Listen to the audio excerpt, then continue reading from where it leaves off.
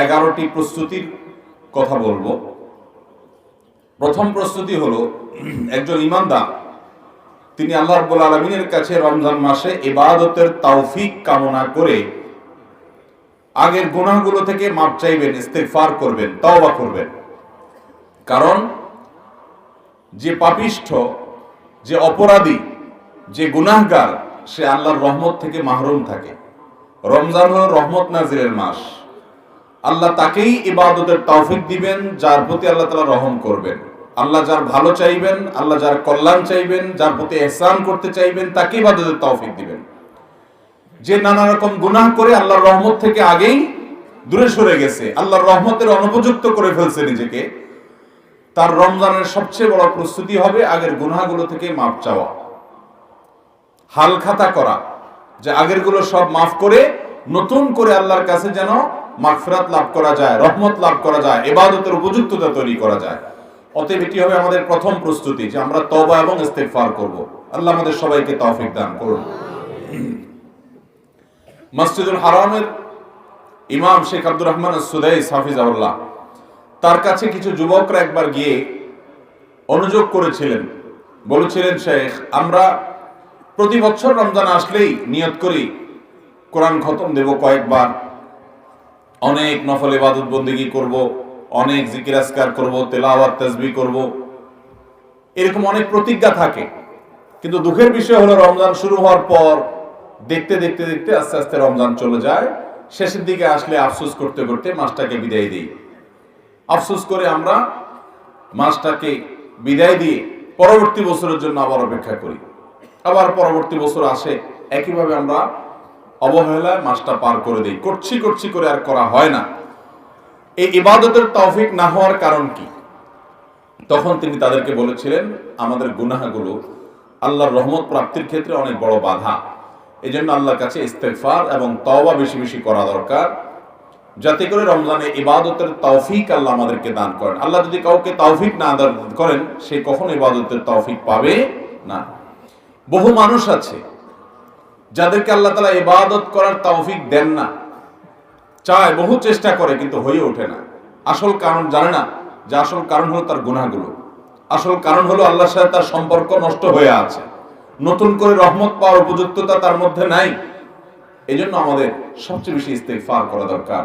কোরআনে কারীমের ক্ষেত্রে আল্লাহ রাব্বুল আলামিন বলেছেন যে কিছু মানুষ আছে যারা অহংকার করে, অহমিকা করে, আল্লাহ রাব্বুল আলামিন তাদেরকে কোরআন থেকে দূরে সরিয়ে রাখেন।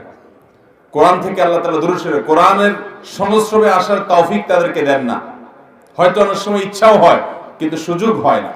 ইবাদতের সুযোগ না হওয়া, এটা লক্ষণ খুবই খারাপ, এটা আলামত খুবই খারাপ।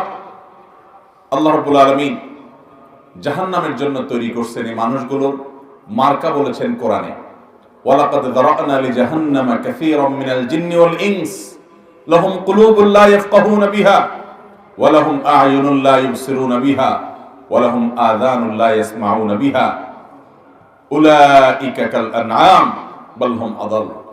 আল্লাহ বলেছেন, আমি জাহান্নামের জন্য কিছু লোক তৈরি করেছি, কিছু মানুষ, কিছু জিন এবং মানুষের কিছু সদস্যকে আমি জাহান্নামের জন্যই তৈরি করেছি। তৈরি হয়েছে জাহান্নামের জন্য।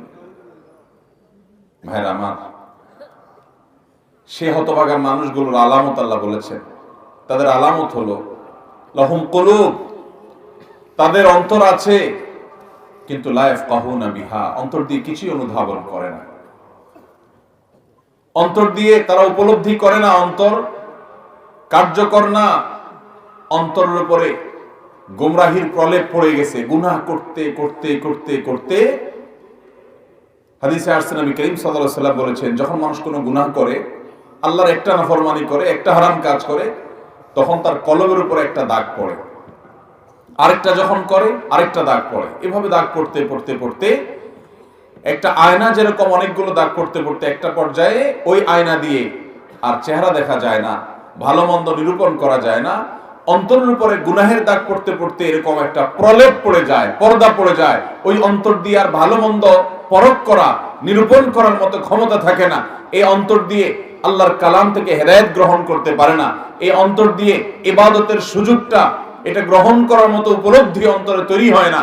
এ অন্তর মরে যায়, মরা অন্তর। এরকম মরা অন্তরের লোক আমরা অনেকে আছি। আল্লাহ রাব্বুল আলামিন বলেছেন এই মানুষগুলো জাহান্নামের জন্য তৈরি, যাদের অন্তর কখনো কার্যকর হয় না এবং তারা অনেক কিছু দেখে, দেখেও তাদের এই চোখ দিয়ে তারা সেগুলো থেকে শিক্ষা গ্রহণ করে না, দেখেও না দেখার ভান করে থাকে। তারা অনেক কথা শুনে, কিন্তু শুনেও না শোনার ভান করে থাকে, এটা তাদের ভেতরে প্রবেশ করে না।